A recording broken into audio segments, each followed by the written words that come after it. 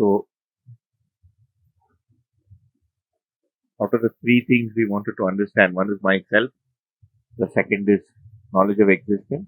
If you look at the board behind me, and knowledge of relationships with humans and with nature, we've kind of gotten an overview of the first one, knowledge of myself, and we saw that there are actually 10 activities in the self, out of which four and a half are able to function now in varying degrees, in varying people, with different intensities and different uh, tendencies in life, health, profit, justice, order, and truth.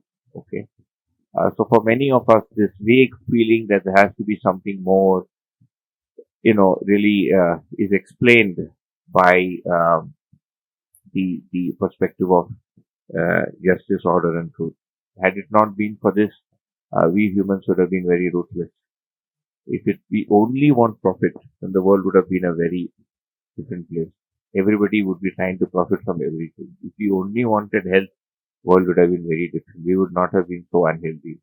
If we only wanted likes, world would have been very different. We are a combination. A little bit of this, a little bit of that, a little bit of justice, conditional justice, thoda sa religion, thoda sa truth, kisi ka jyada truth. That's how we are. Alright.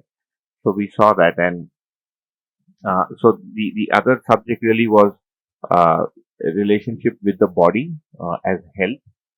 I'd initially kept it, but now I think we'll probably take it up later. Let's just go to the second one, which is knowledge of existence.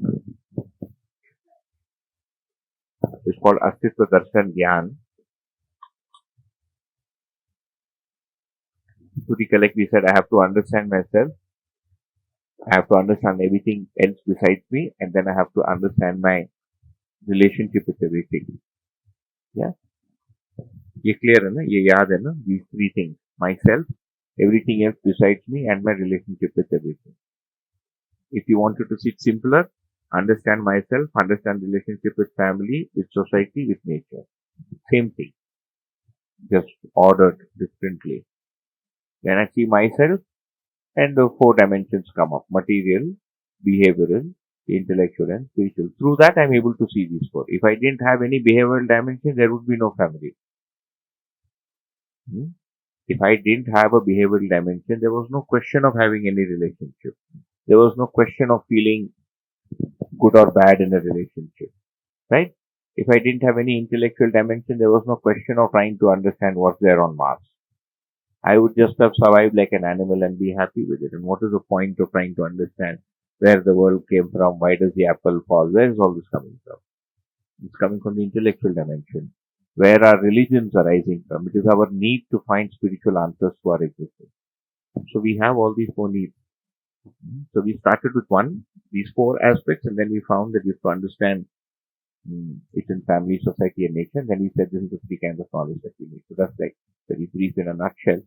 So we covered the self, and we've got a brief introduction of the self. It's important to understand that what we've got currently is a glimpse, and if you so desire to pursue or deepen your understanding, then you will have to, basically give it attention, which is not just through these workshops, but also through some reading material, etc., which I'll share at the end of the workshop.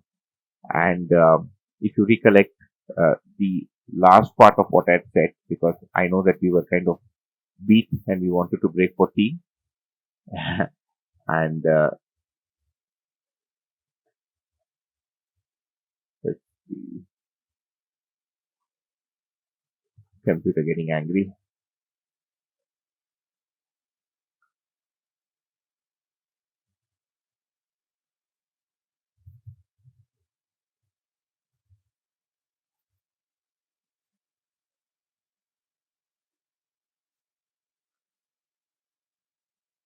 Yeah.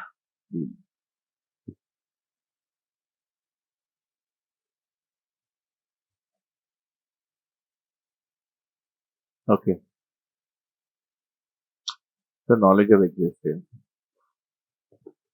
So when we look around us, we see nature, and we can classify nature in these four categories. Now we classify things in order to be able to understand them better. Right? For instance, uh,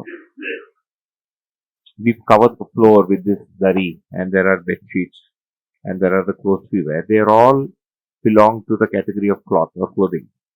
So when we understand clothing as a category, we understand everything that is cloth. When we understand, let's say, living beings, then it doesn't matter that the varieties are innumerable or very large. We are able to understand living things. When we are able to understand consciousness as a category, then we are better able to appreciate that everything that's conscious is going to have the same feeling, responses, and faculties as that being conscious, although we are all very different.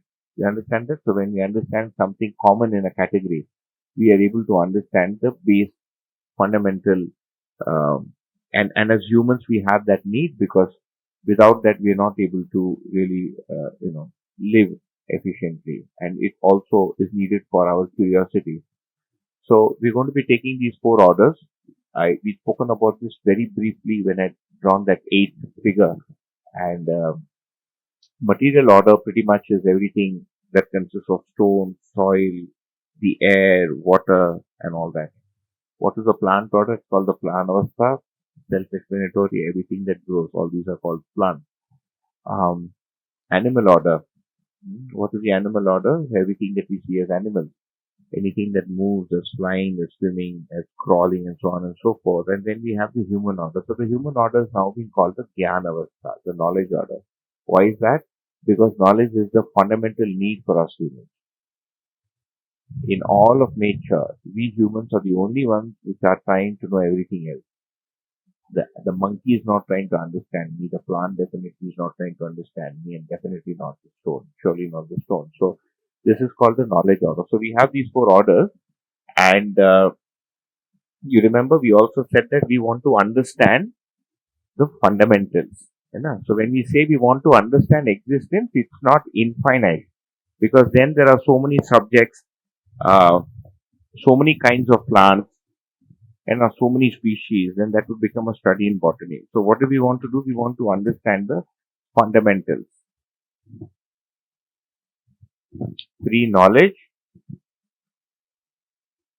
the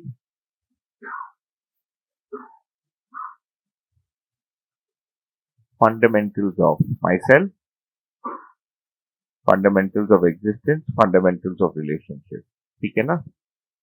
So in family and society. So when we are understanding this, we are understanding the fundamentals. We are not taking up all the races and everybody, all the different kinds of humans on the planet and trying to do an analysis. That's not what we're doing. We're trying to look at what are the essential characteristics of all of this. Why? Because that's going to help me live with them.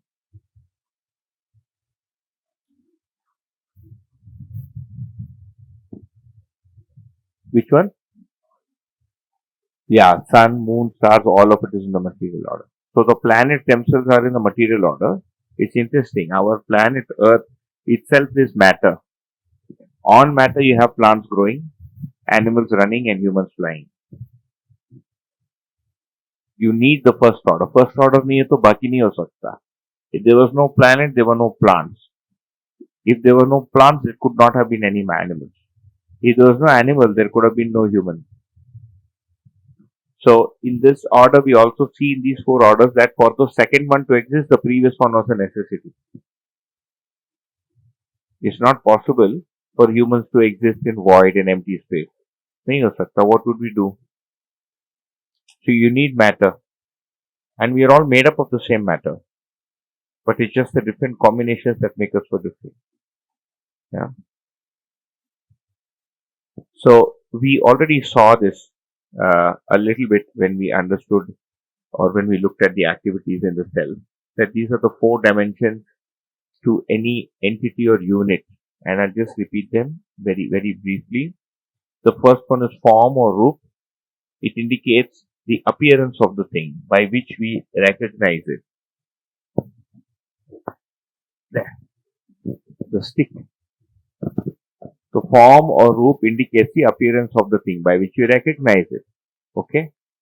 So what are the things we see? We recognize things by their appearance.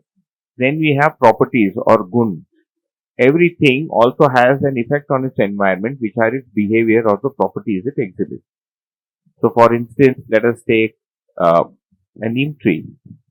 If you have three neem trees side by side, will they all be the exact size and shape, or they can be different sizes and shapes? They'll be different sizes. But we still say they're all neem trees. So there is something common about it. What is common in it? The properties are common. All of them are neem. They'll all be bitter. Okay, and it will have a particular effect on the body, even though the sizes of the trees are different. So I'll have 5 chiku trees. They can all bear different number of chiku fruits. The sizes of the chiku fruits can be different, but our properties are the same. Similarly, as humans, we are all of different size. I don't think no two people here are of the same height, or of the same width, or the same circumference, of the same weight. एक भी parameter में we are not common, but there is still something common about all of us, about our bodies. Yeah, not just the anatomy of our bodies, but we all get hungry. We all seek goodness, right? We all want to be treated well. So our qualities as expectations are the same. All of us want to know something. We want to be in a better situation than we are in, and so on and so forth, right? So these are really, so this is the difference between Roop and Gun. And then we have a third dimension called basic nature or Swabhav. So what does basic nature or Swabhav mean? It can also be called fundamental characteristic. Okay. So Swabhav is nothing but the sum total of all the qualities that anything has. So finally, Swabhav means what is the utility of all the qualities. So finally, why is the neem bitter? What is it going to do with that bitterness? So Swabhav denotes the purpose of anything. So just say I am there, and I as a human being, let us say, I'm sometimes angry.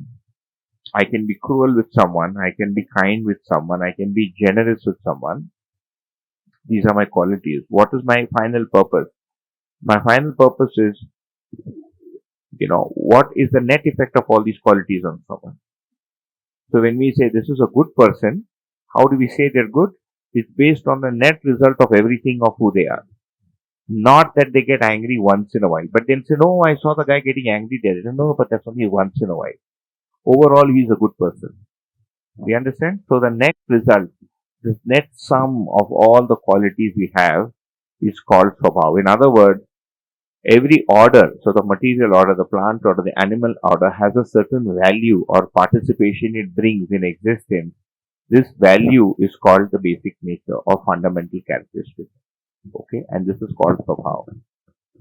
And we'll study that more with the help of some examples.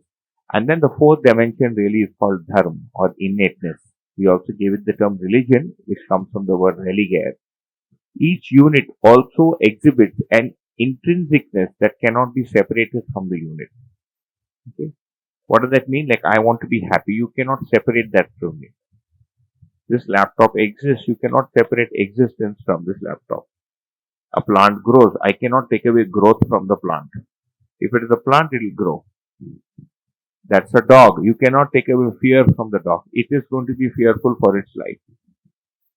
Every dog is afraid of its life. I cannot say there is a dog and it doesn't care about its life. Is that possible? There is a chicken that is willing to be massacred, willing to be eaten up. मुझे खा जाओ. ऐसा कोई chicken हो सकता है? नहीं. If you try and catch it, it's going to run. No chicken wants to be eaten up. Okay, that's called the will to live. So these are some examples of dharma. Basic nature. Difference between basic nature and innateness. Basic nature is a representation of innateness. So based on the innateness, it is a demonstration. The participation of innateness is called basic nature. Manifestation. Okay, we'll study that more. I mean, that will hopefully.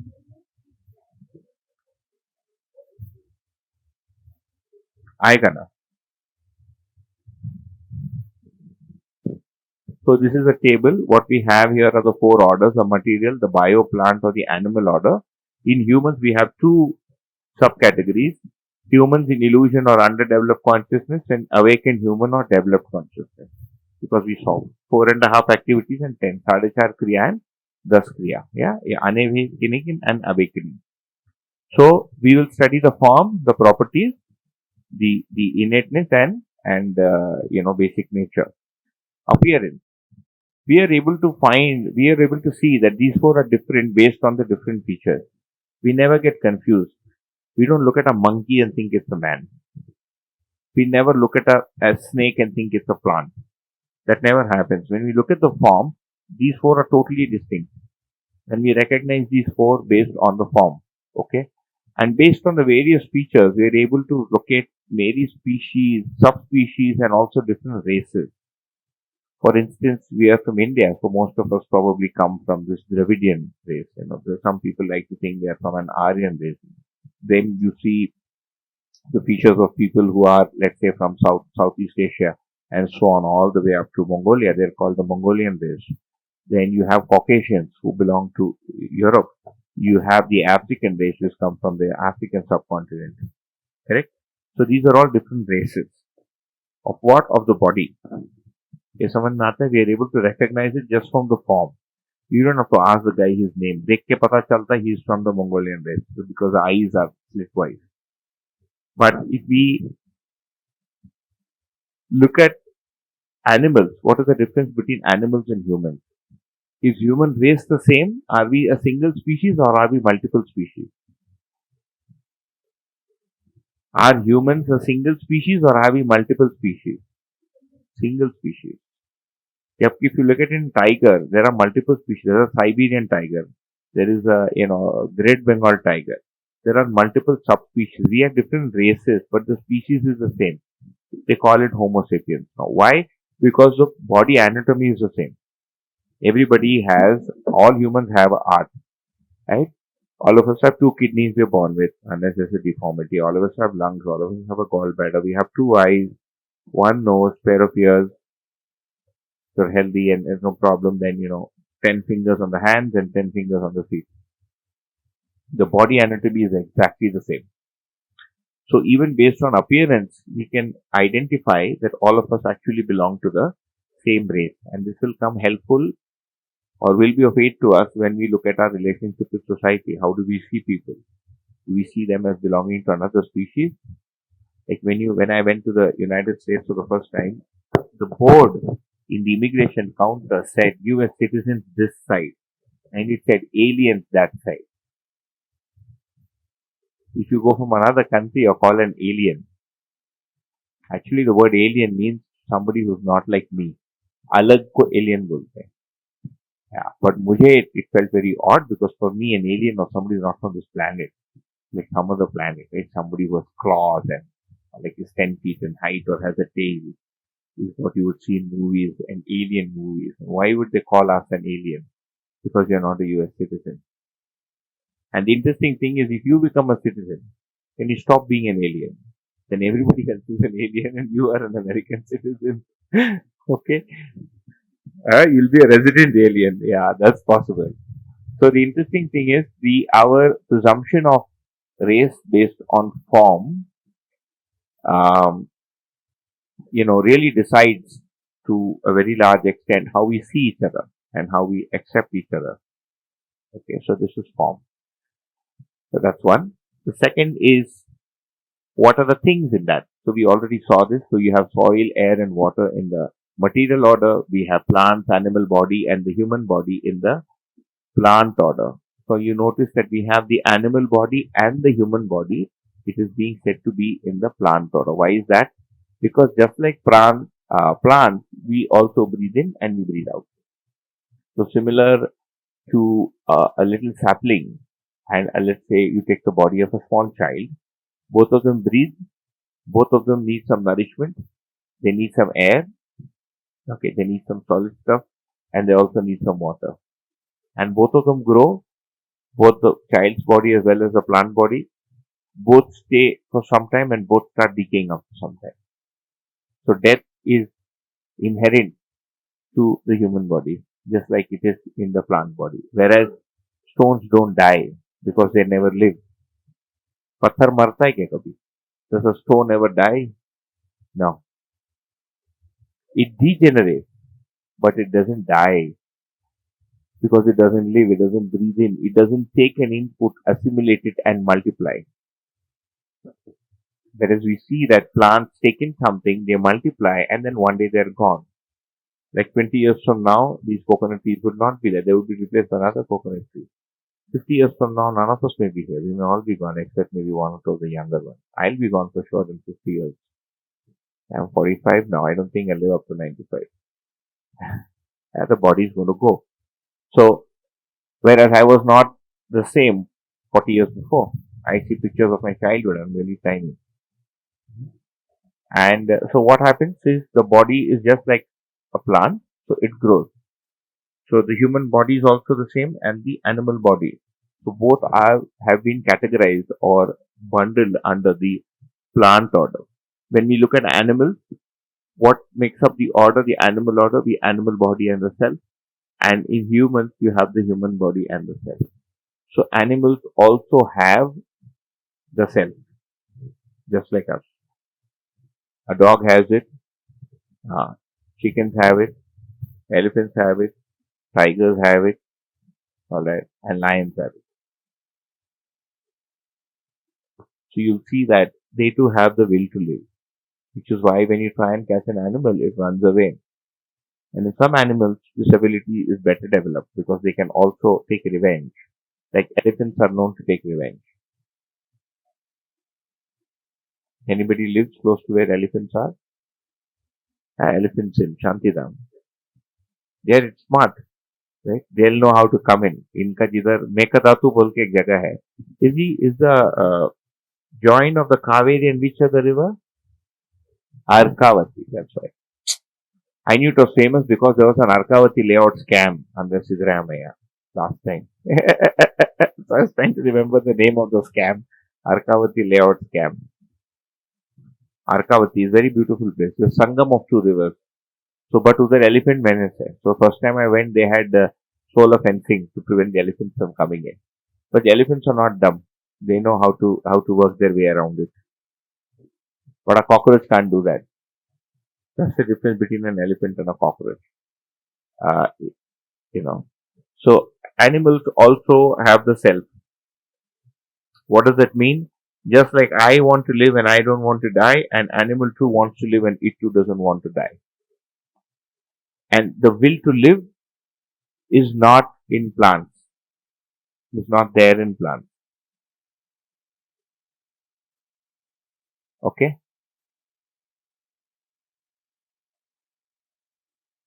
In other words, plants do not and cannot feel pain. They don't experience pain, they don't experience emotion.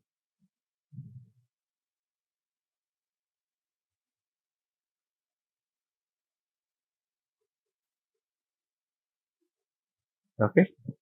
Yeah. The plant order, we have categorized plants, animals, and human body because three of them are breathing, are growing. These three are in the plant. Similarly, in the animal order, we will see animal as well as humans. Because humans have that order. And then in humans only. No, in animals, although, so in animals you will not see similarly. Here we just put this was a shortcut. I could have had a row here that said plant order just for the body. So plants, animal body and human body, all three belong to the plant order. Okay, that is what it means is it doesn't mean it belongs to the plant order. It is akin to plants, but the order is the human order. So as a human, I am a coexistence of the self and body. The body is of nature pranic, okay, and the self is of nature conscious. And these two put together is me, the human. So I belong along with the body to the human order. What this basically denotes or is meant to convey is that our body is similar to plant. It doesn't have consciousness, it doesn't have feeling, it doesn't have the need for justice.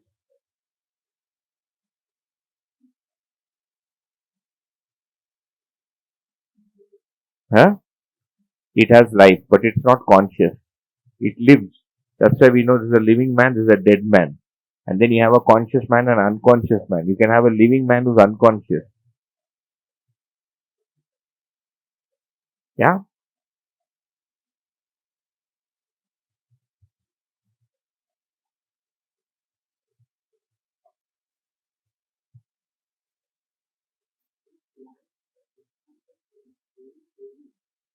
Same है मतलब basic उसमें same है, दोनों में nutrition है चाहिए, दोनों breathe करते हैं।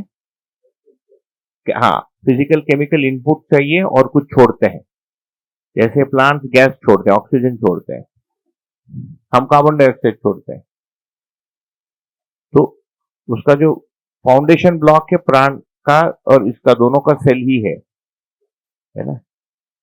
लेकिन ऑफकोर्स ह्यूमंस का ज्यादा अधिक मतलब सोफिस्टिकेटेड है, अलग अलग ऑर्गन्स है, वो तो एनिमल का ही सोफिस्टिकेटेड है, वो तो even an earthworm is more sophisticated than a coconut tree. So actually we see that it's a part of evolution from the smallest insect, from a single cell organism, living organism, all the way up to insects, from insects to let's say cockroach to you see that there's an entire chain to orangutans and where there's blood. So that's the thing. So and plants don't feel pain. We had that question that I told you will come. They don't have blood. There's no conscious in them. So now can I rub off that question? It was one unanswered question that we had, right? After having assessed the self, having appreciated what the self is, we can now vouch for the fact that plants do not have this self. Plants do not have tasting and choosing. They have no choice. They have a definite choice, and that's what they do. And that's chemically driven. For instance, you have soil and you have 5 or 6 kinds of plants. Each plant will uptake what it needs in that particular ratio from the same soil. So if a plant needs more phosphorus, it's going to be taking phosphorus. If there's a neighboring plant, it needs more nitrogen, it's going to be taking more nitrogen. There's a lot of water available and there is a wheat sapling, it will not take up so much of water. If it is a rice sapling, it will take up more water. If it's a sugarcane sapling, it's going to take more water. And they take those chemicals and make it into totally different things. The sugarcane is on the same soil and it ends up making something sweet. The neem on the same soil will end up making something bitter. The mango in the same soil ends up making something astringent. पहला खट्टा होता है आम, फिर धूप लगता है, फिर वो उसी को मीठा बना देता है, it makes glucose out of that khatta. So the khatta is something acidic. That's why it's a khatta. So which is why the sour, when we take mangoes for instance, kacham, hmm, uh, it's actually sour, which is basically acidic. But when it's on the plant or when it goes through the chemical process of ripening, it's able to convert the acidity into glucose.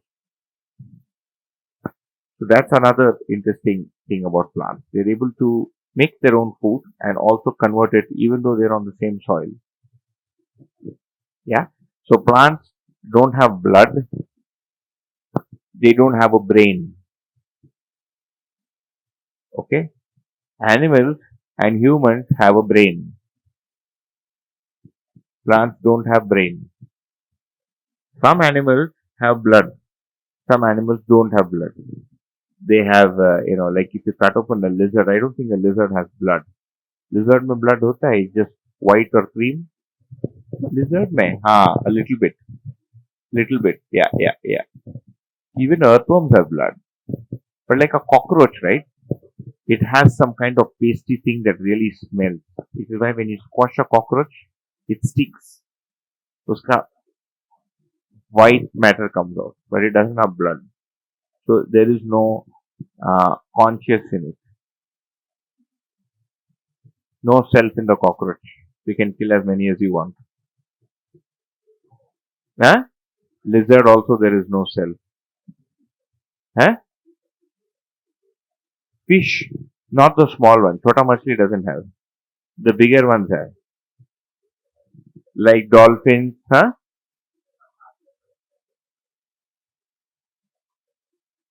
How will you find out? I've never checked. I've always found blood in a mosquito.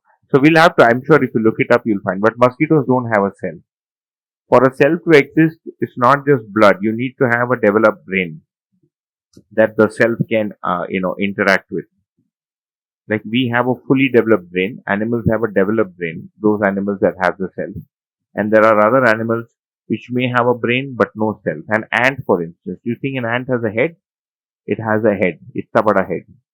In fact, interestingly, just last night, I just watched for some time, maybe 10, 15 minutes, and now what has happened is I started getting um, the news feed has started showing me things on neuroscience and brain, and so it's kind of nice that you start watching something and then it fetches those articles and gives it to you, so you don't have to go around hunting for it. And then it shows it to me from the same physicist, this Neil deGrasse Tyson. So he was talking of how we were taught that human beings are more intelligent because our brain to body ratio is higher, including in whales. But he said, you know what? There are many ants which have a higher brain to body ratio than humans. I mean, that doesn't mean that then, of course, he left it to the question. He said, does that make them more intelligent because they have very sophisticated social lives and the way they construct something? But the difference is they don't study physics, right? I mean, this guy is a cosmologist. He's studying string theory and, quantum mechanics. And we know that ants don't do that. So the ant has a brain. The ratio, the brain to body ratio in an ant is actually higher than in a human, but it doesn't have a cell. It doesn't have the sensation of pain and sorrow. It runs away from us. So that is it's like a mechanistic action from the brain. So the brain is actually very sophisticated.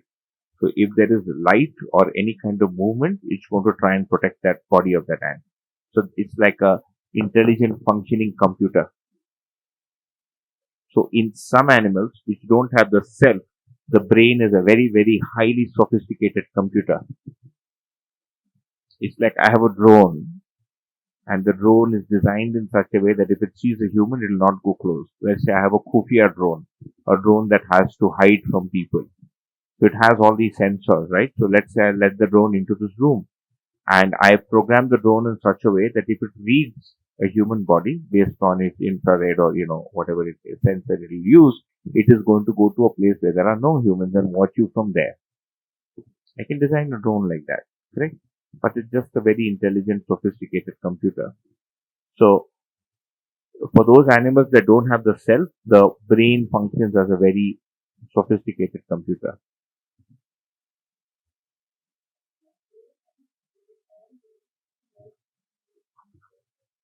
Not every small living creature, no. Living, even plants are living.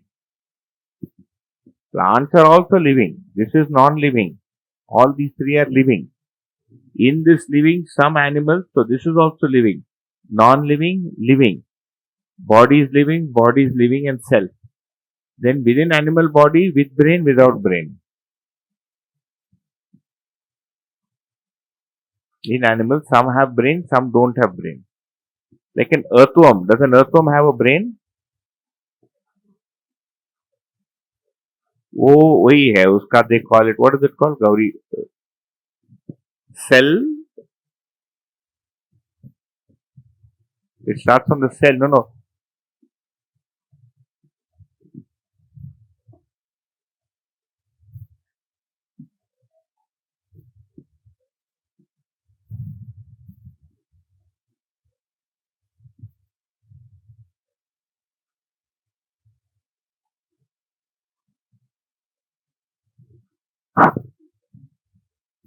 Yeah,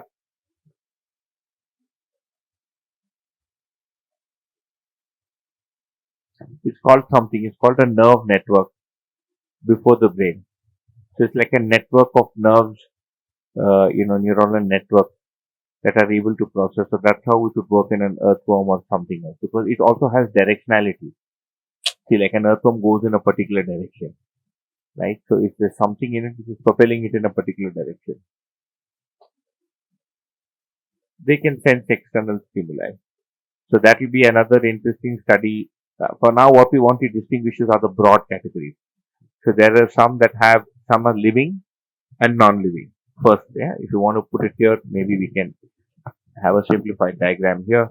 I'll rub away the.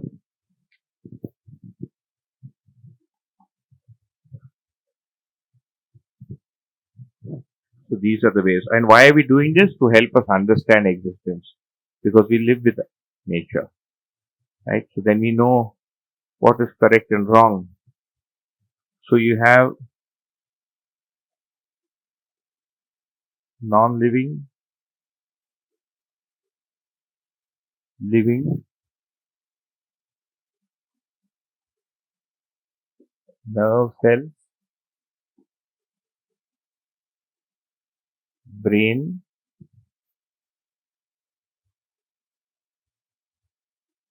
conscious. So non-living, what all do you get? Stone, air, actually also my nails, human nail or human hair, non-living. That's why you're able to cut it.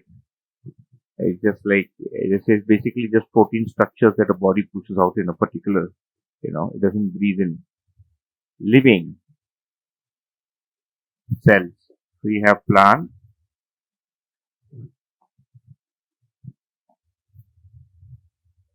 animal body.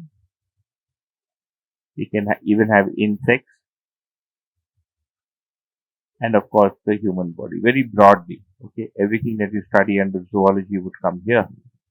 Nerve cells.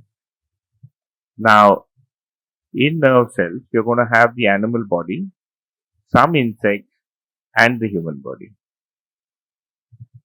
Now, if you take those animals, so some animals will have the brain, and the human has a fully developed brain. Out of this, some animals are conscious because they have a full brain, and of course, humans are also conscious because they have a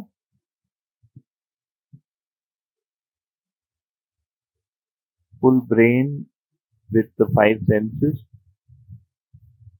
plus capable of basically processing imagination and freedom of action.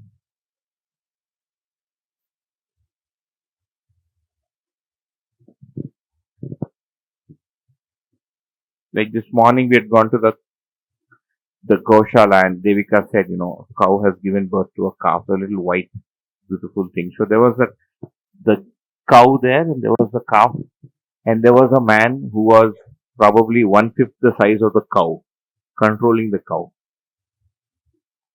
The cow is so huge, nice, beautiful mother, huh? With two big horns.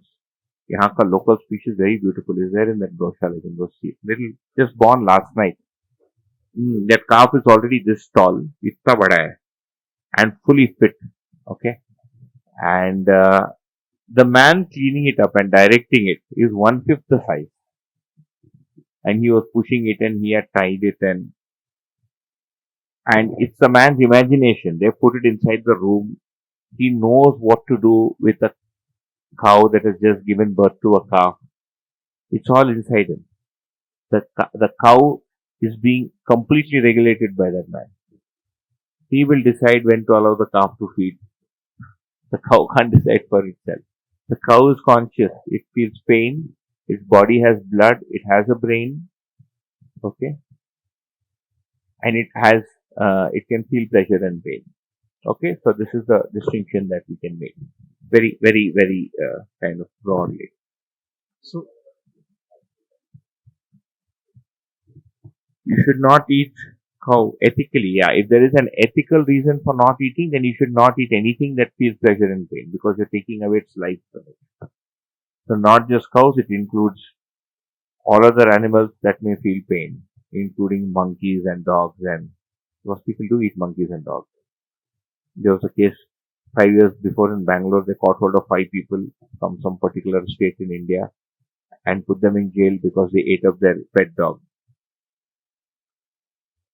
They had a pet dog and the neighbors found some strange smell. When they peeped into they said uska jo stray dog tha, jo paltu kutta tha, one day they decided to eat up that dog. So they killed it and they were roasting the dog. So the law states what he can eat and what he cannot eat. You can't just eat any animal that you want. There are protected species. Even the stray dog cannot be eaten. It's not valid food. Legal food nahi hai stray dog. You cannot eat up a stray dog. Definitely not your neighbor's dog that gives barking. You cannot eat that up. You cannot kill the neighbor's dog. You can't do anything with it. किधर north Korea India में भी north east में भी खाते हैं, so there it is legal.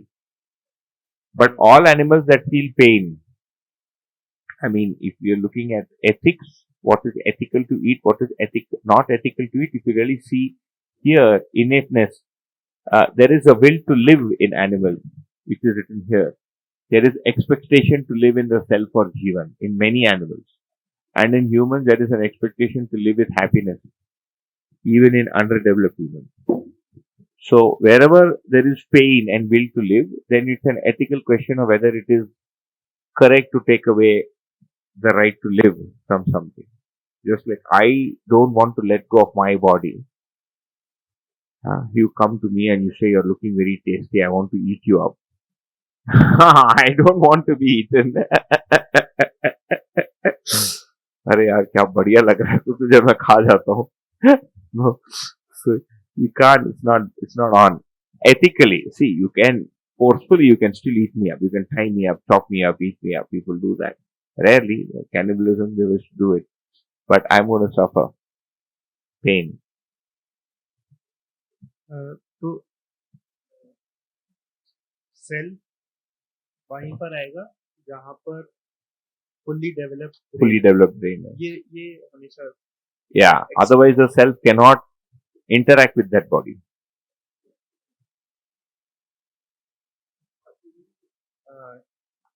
Species को हम सेंटिएंस या फिर उन्हीं में sentience है. Only those have conscious. In the others, what looks like conscious is actually governed by the brain. Like even in a snake, most snakes probably are not conscious, except maybe the cobra and some of them.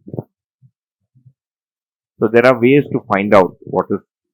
So we use the darshan gives 2-3 parameters on which you can, which help us identify whether an animal has the conscious self or jivan or not. It's called the jivan because it has the will to live, just like you and I have the will to live. I mean, that's how we and the faculty of believing. As you remember that exercise with the pin, and it has the faculty of believing. So animals have the faculty of manna. Yeah, that's how you can domesticate a dog. You can even domesticate a tiger, a some animals like a lion, elephant, even totally carnivorous animals are domesticated in a circus and made to run. I mean, just imagine in the wild, the tiger to kha jata. Here, that guy does this and it runs to the loop and it jumps and it does kya hai? I mean, this would have been like nice gulab jamun rasmalai, right? For that tiger, that guy is like a nice rasmalai. He's not eating him. Must be like just juicy thing, but it doesn't do that. So it's not no. That's not imagination. This manna happens in the man in animals, not in the chit. The chit is not developed there. It cannot imagine. That's why it cannot imagine the ulta. That the tiger never realizes that I am stronger than this fellow and he's making me jump. If the tiger just realizes all I have to do is slap this fellow and he'll die, it can do it. But that thought never occurs to the tiger. वो जब खिसक जाता उसका brain, मतलब that's like a not mental. It's not a mental impulse. It's like something else. Like when elephants in Kerala go mad during the yatra. Every year they go mad, no? During the what festival is it when they decorate all the elephants and take them out? हाँ, एक religious festival होता है where they decorate all the, maybe I forgot. Anyway, so basically at that time the elephant goes mad. Actually goes mad means not the man but the brain circuitry में वो हो जाता है, overload हो जाता है. Elephant will be there. Yeah, there was one particular temple wala, I can't remember. It happened recently. It went on a stampede and destroyed vehicles and killed 3 people, including a mahout. You pick up the mahout and throw him out. one of the temple then, because they get very this thing in the worked up in the. But till then, so basically we are able to control the domesticate these animals by modifying the way the man operates. The mana is in the man. So the man has a choice that it will either run by its brain or that man. So we are basically getting the man to listen to me and not to your own species.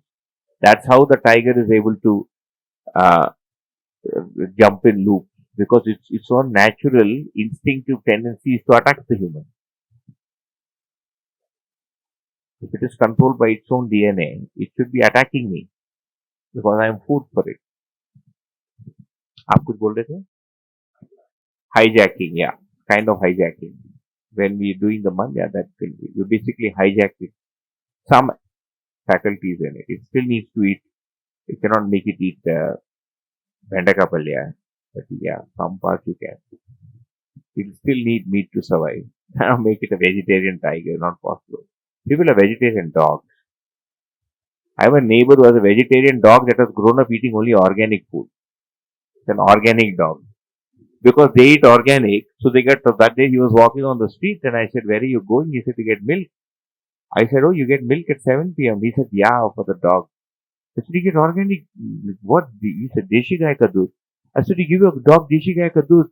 He said, yeah, we have Deshi Gai ka doodh and it's a big hassle. Then I have to get some other milk for the dog and, so I just get 100 rupees a liter. He gives the dog Deshi Gai doodh. I mean.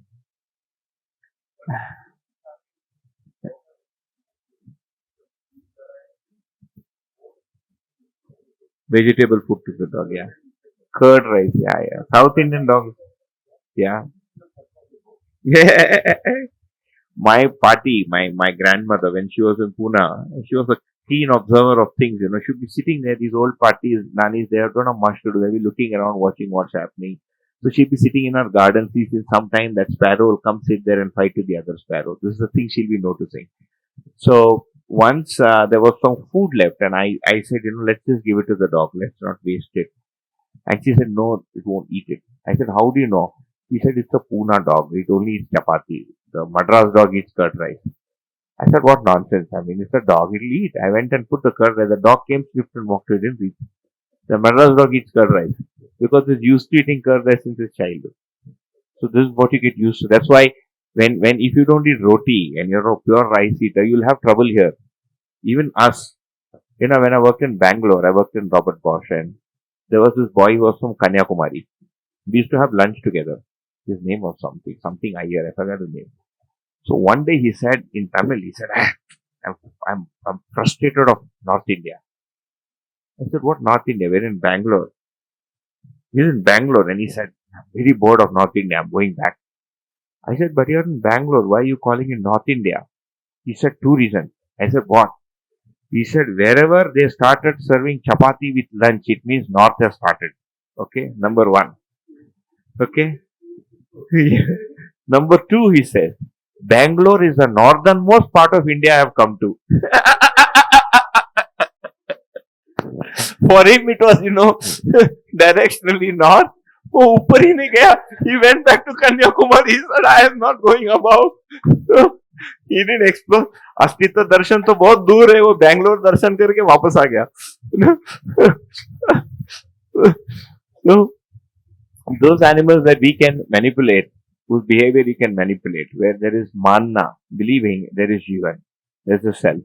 Those that are able to respond to human language also have jivan. So that's really, and those that have dvesha, that fight, like minas, most likely. Parrots definitely have jivan. Monkeys have jivan.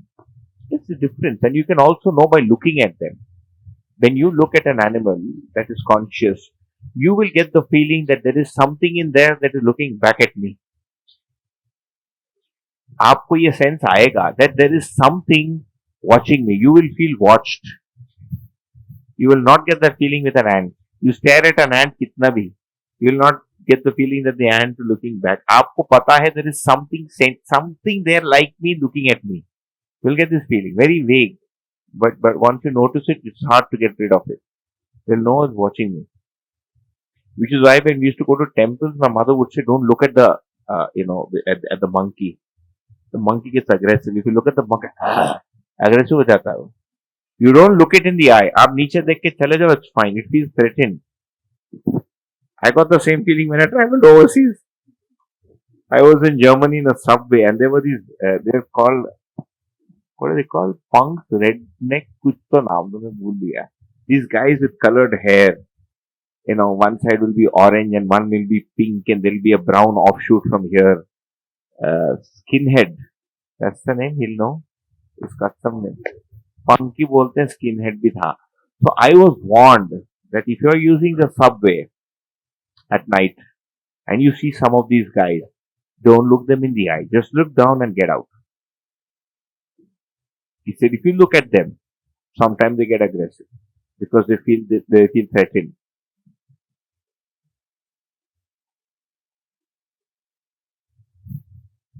Yeah. So that's how we distinguish between really, animals and humans. So going back to the previous thing,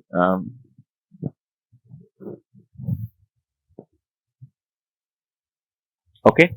So human body and self, both in the human in illusion and in awakened human, both have the same self. There is no different self. The self is the same. The only difference is here it is underdeveloped, here it is fully developed. कोई जादू नहीं है. It's some weird thing that came up. And the body is the same. You can't make out from the body whether the self is awakened or not. That's one.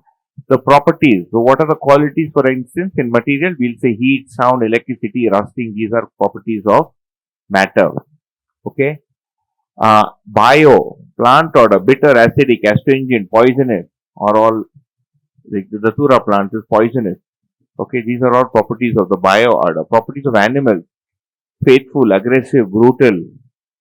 These are the properties of the things in the animal order. In the human being, in illusion, you will have priyahit labh, okay, and friendly, but sometimes moody, sincere, scared. All the mixes you will get. Sometimes honest, sometimes dishonest, sometimes dependent, sometimes not dependent. कभी करेगा, कभी नहीं करेगा, कब करेगा नहीं पता. All the indefiniteness that we see here is the qualities of humans living in illusion or in the unawakened state. In the awakened state, I just gave a few. Basically, this drishti will be on Nyaya Dharma Satya, right? And trust, affection, composed, clear, affectionate, saralta, simple. I just put in a few. There are close to 42 properties that have been identified in a human being. At least 30 to begin with, and then you can take it to 42. So they can be here, and then when they're here, they're full and complete. In both, इधर problematic में आएगा, इधर अच्छा रहेगा. But total तो 30 है values. But total quality लेंगे तो 42 भी हो सकता है. Like not lying, always telling the truth, never hurting anybody, okay, straightforwardness, honesty, and things like that. Okay. Content में आएगा ना, है ना, डेक में तो है. अभी क्लास में कितना टाइम मिलता है देखेंगे. पूरा 30 तो फिर टाइम लगता है. But we'll take up few. We'll take up 2 of them. Let us say we'll take up trust and respect. We'll take up Vishwas and Samman. What are the 30 values? We've already covered 2. We've covered happiness. Sukh is a value. Okay. Shanti is a value. Santosh is a value. We've already covered these 3. We've covered happiness, we've covered peace, and we've covered contentment. And I've written bliss. Those are 9 in behavior. Okay. So far so good. Makes sense? Yeah. Nature always makes sense. 30 का list. हाँ ठीक है, इसमें है. I mean, it's in different places, but you'll get them. Only human beings do nonsense. That he's already gone to the conclusion. Only human beings does nonsense things. And why? He's discovered. I said it 3 days ago. We are here to make sense of nonsense. And why? Why does that happen? Because we have to discover sense. We have to know sense to be in it. Everything else is in its senses by default. It's easiest for plants, easiest for stones because they don't even have to grow. कुछ काम ही नहीं है पड़े रहो. Kick the stone, it doesn't do anything. It doesn't feel bad because there is no weight in it. Yeah, it's just a thing. Here I can throw the stick. I can pick it up. I can kick it.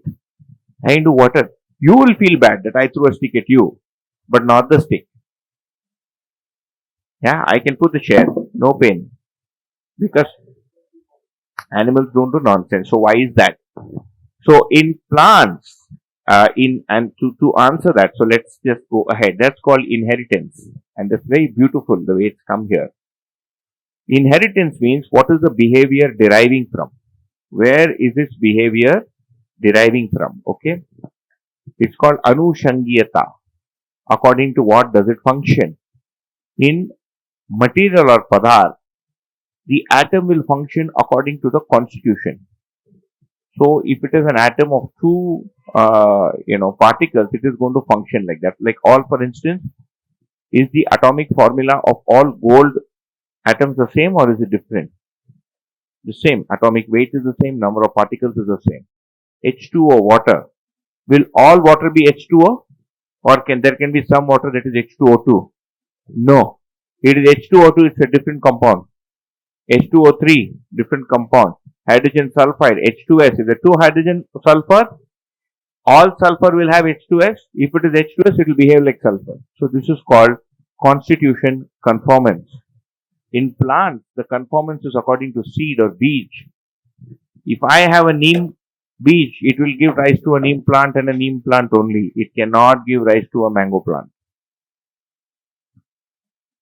If I have a mango plant, it will give rise to a mango plant only and nothing else but a mango plant. This is called beej conformance. Okay. What do we see in animals? They follow what is there in the race. So whatever is coded in the brain. They cannot do anything outside of what is coded in the brain unless a human being comes and influences them. In some animals that can be domesticated. If you leave them aside, a deer, what a deer has to do is encoded in the brain of the deer. It has to eat vegetarian. You find a non-vegetarian deer, vegetarian, keto diet, keto diet. No. A tiger decides it will go vegan. No. A tiger is feeling bad. I've killed so many deer to date. I'm going to go and do penance. No. No confusion. It's going to kill and eat the deer because its swabhav is krurta. You'll see in the previous slide.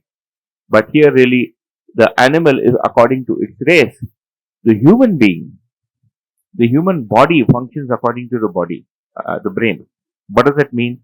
Food, fear, sleep, and coitus is driven from the body.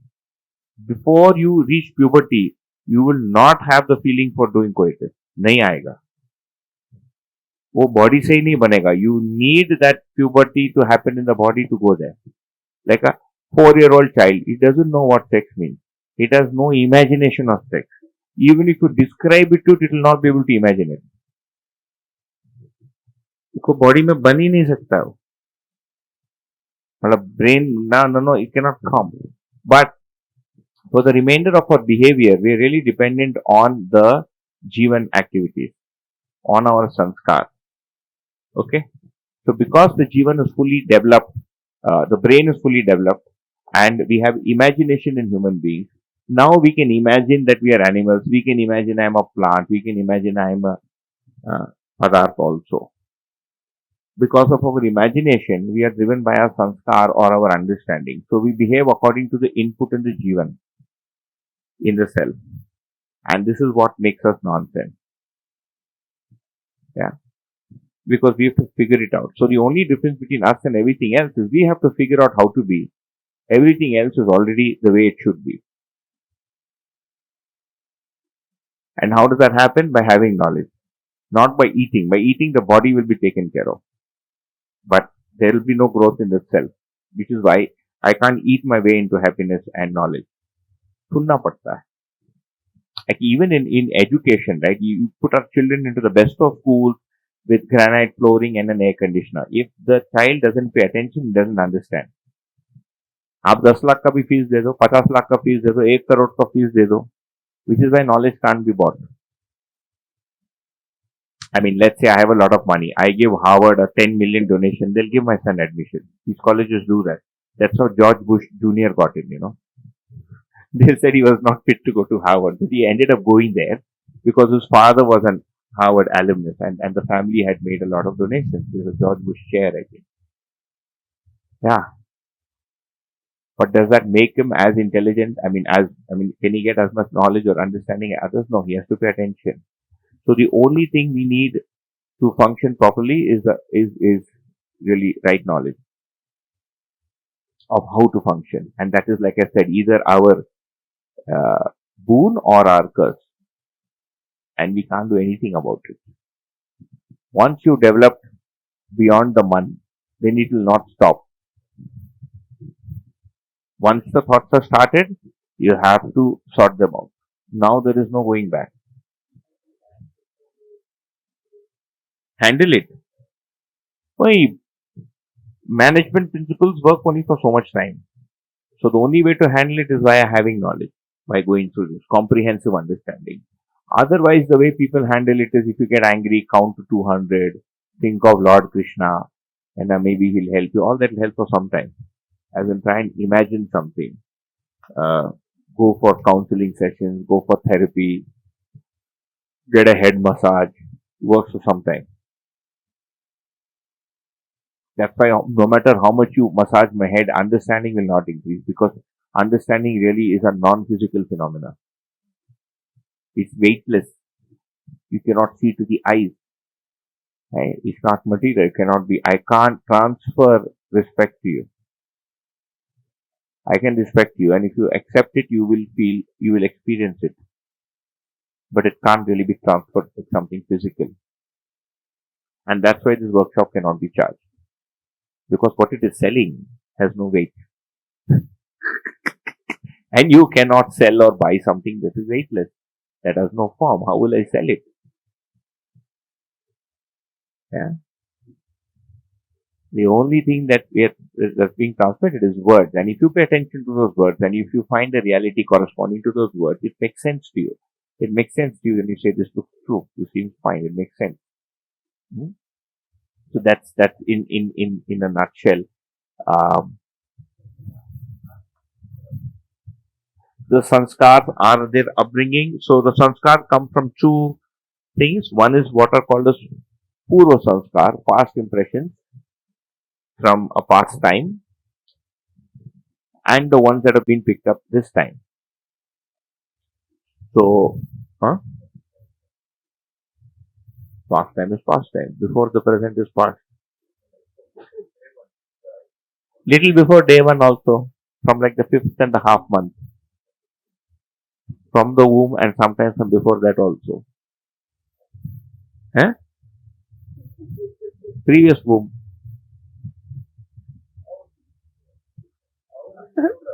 Huh? Now, by studying a little bit by logic and the rest by studying.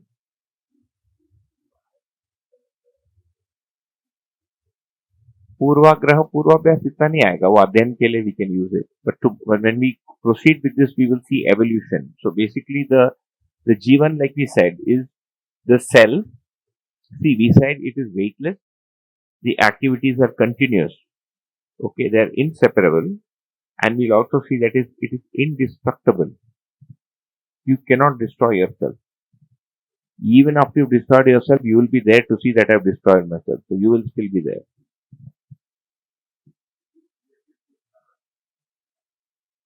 Yes. So the Purva Sanskar will be Pradap.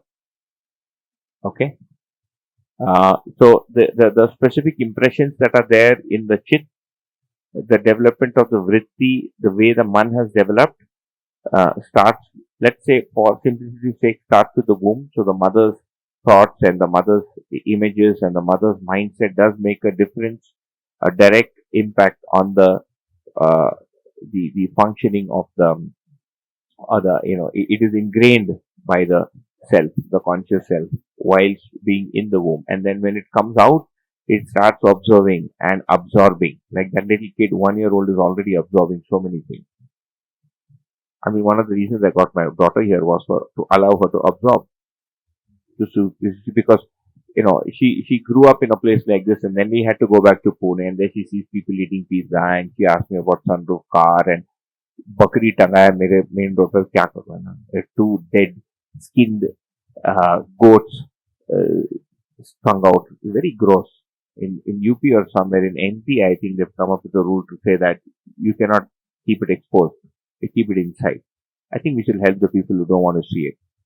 Yeah, so one of the reasons to bring her here was really to allow her to interact with a wide cross section of people and also just be there and be around with it. And she's not asked for the phone since the day we came. In Pune, once in a while she laughs. She's not allowed it, but she'll find some excuse to grab it. Here she's grabbed it once or twice, maybe one or two pictures. Until those other two kids were there, she never came into this room. अभी देखिए वो दो खत्म हो गए, अभी दो ही हैं. अब वो दोनों थक गए. अब ये इधर बैठ गया, उधर खड़ी है. She's giving me this funny look. Yeah. But otherwise, she was not to be seen here because they were busy on that cart and they were doing something. So we are absorbing, and that's part of education. One part. Okay. So really, this is Anushangiyata. So we have constitution. So it is called Parinam, Bij, Vansh, and Sanskar Anushangi, which is why we need education. If we had race conformance, we don't need education. You don't need to educate children if they were race conforming because the code for them to live is already written in their brain. Like with a goat, you don't have to teach a goat how to be a goat. You don't have to teach a buffalo, you be a buffalo. It is already a buffalo and it will be a buffalo. The maximum we can do is learn that every time I touch the rope, you come. And the buffalo never realizes that if I charge at this guy, he'll run away. It keeps coming. Huh? Education is to give sanskar. The purpose of education is to give a human being the right sanskar for his or her development, for his or her understanding, and for his or her living. In education, yeah, overall sanskar is not happening willingly. But in many silent ways it is happening. Within the family, we learn what to do when somebody comes home. In formal education, so sanskar itself is not developing, but we are able to give skills, we are able to give information, we are increasing the ability of the person to hold knowledge, memory, and in some cases, like for instance, when we're doing mathematics, etc., logic is increasing. When we teach science, the rational faculty is improving. So all this is happening with modern education. These are the pluses of modern. It's not all wrong and that we have to throw it out. So when you study, no, what I'm trying to say is that in education this is happening. Because the picture is not clear, the other part is not happening. And the sad part of it is the fear of examination and failure. I mean, the way we are assessing progress, not the content, but the way we are checking whether they've progressed or not, needs a serious relook because it's not helping anybody. We're instilling fear and competition because we want them to be fearful and competing. It's not addressed in Manvi Acharan. So because nobody has a full picture. Okay.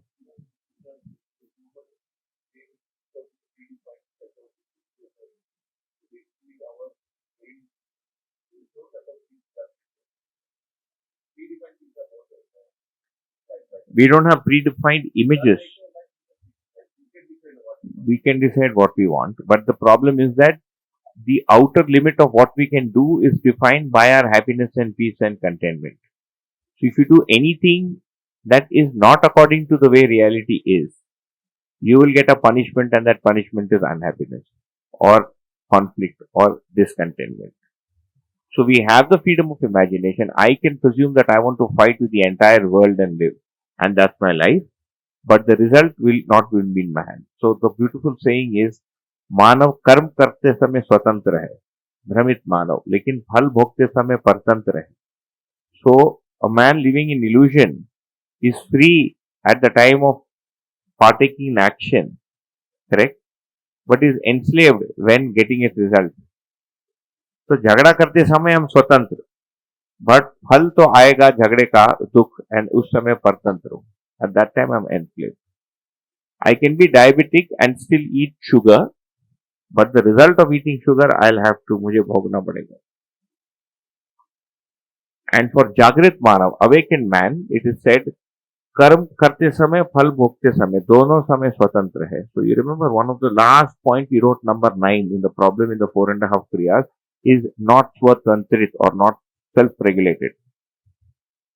This being able to be in the entirety and not being affected by it is not possible when living in the 4.5 or undeveloped status. You need to be developed to be able to do it. Otherwise, it doesn't happen. Our life is beautiful because we don't have any option. We better find it beautiful. You can't go back. I can't become a bee. I can't become a goat. Yeah, it is beautiful. Of course it is. We can think it's such a beautiful thing to be able to think. It's such a beautiful thing to be able to wonder about that mountain there. They have limits. Yeah, of course it is beautiful. Yeah, in our ability to see and appreciate and ingrain, it is very beautiful. In our ability to implement what we would really like, we are limited. We're not totally gone case. We've managed to survive. We are able to take care of our children. We managed to make all of them literate. Very difficult to find an illiterate child. We've managed to get free of all the attacking animals, and okay, we overdid it. But you can sit here without being afraid that a tiger will come and eat me up. Our society is reasonably balanced. We are able to trust our children in the open here without bothering that some man will come and take them away and eat them up, which happens sometimes. Most places is safe. The world is not completely bad and not totally bad. They're able to talk to each other. Yeah, so it's a next story. You can work out the percentages. I've never tried it, but yeah, maybe about 40% there. But the remainder of, so in the material dimension, we've developed as much as we can. इससे ज़्यादा maximum हो नहीं सकता. We've reached 2 trillion galaxies. At the most, the 2 trillion galaxies can become 2000 trillion galaxies. And we've reached one universe, and they're saying there can be multiverses. So finally, in understanding the material world and coming up with technology, we already have food, clothing, shelter. Nobody can die for want of food. We have remote communication, remote transport. It can only get better, cheaper, faster. But fundamentally, we've already done. On the behavioral section, we've come up with social structures.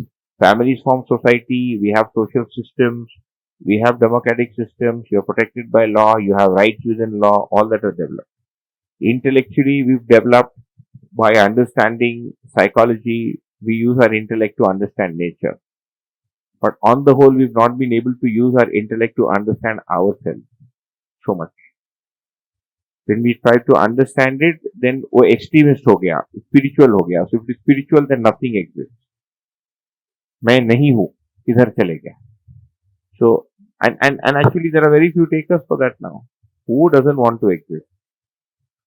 Except for those 15-20 people sitting in Thailand, in that monastery.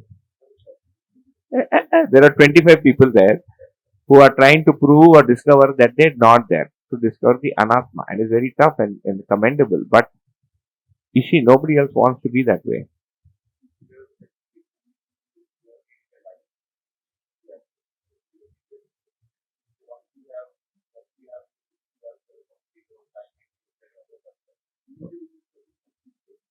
We are no. Eventually means you have to find an input or some teaching that will take us there. We can't do it just by waiting.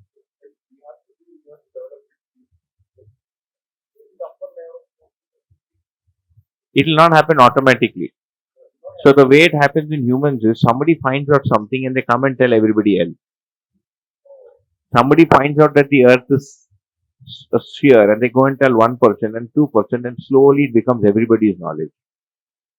So similarly, somebody has found out all this and they told somebody, and that somebody told somebody, and they told me, and I'm telling you. That's what's happening now. Education. So that's called Lokvyapikaran. Just spreading the generalization of specific knowledge, the generalization of special knowledge. Yeah.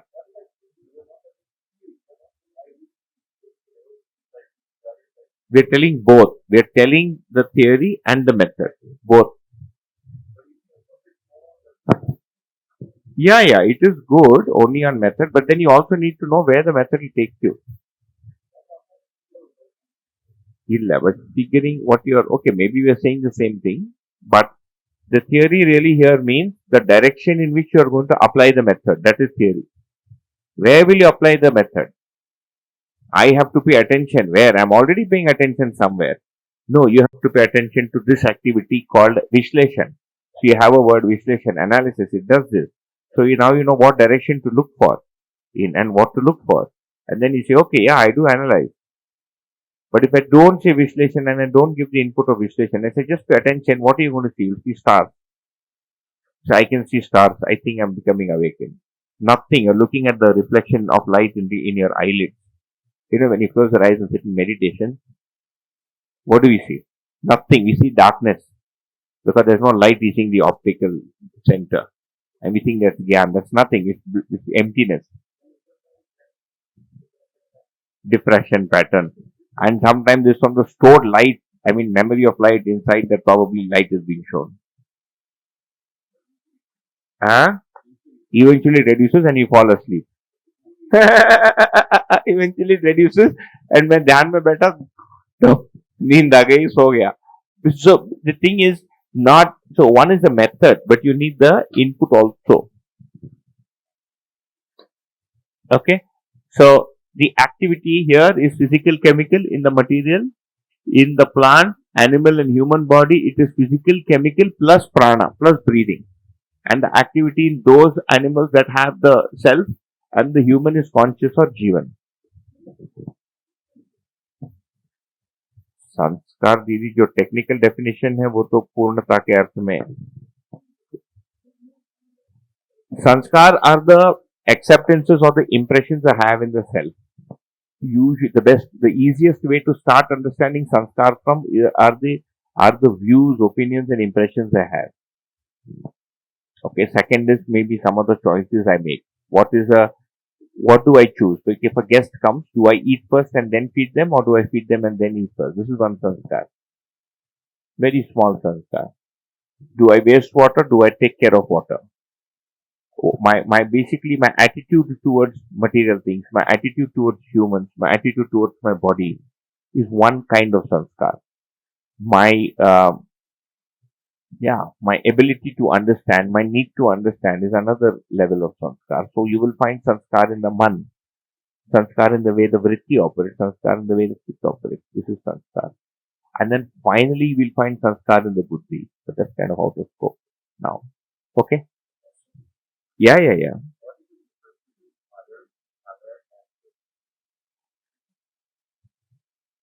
Alertness and awareness are inside consciousness. Okay, this entire thing is consciousness. What we call as conscious is a collection, is a sum total experience of 1, 2, 3, 4, 5, 6, 7, 8, 9, 10. This is conscious. So this is also conscious, this is also conscious, this is also conscious, this is also conscious, this is also conscious, this is also conscious. From here you can see something. From here you will see something more. From here I see something even more. From here I will see even more. From here I will see everything. Same. Reality is outside. There's no change in the reality, right? The laws of physics existed even before we discovered them. So what's changing? My ability to see it. So my awareness is increasing. So this is awareness.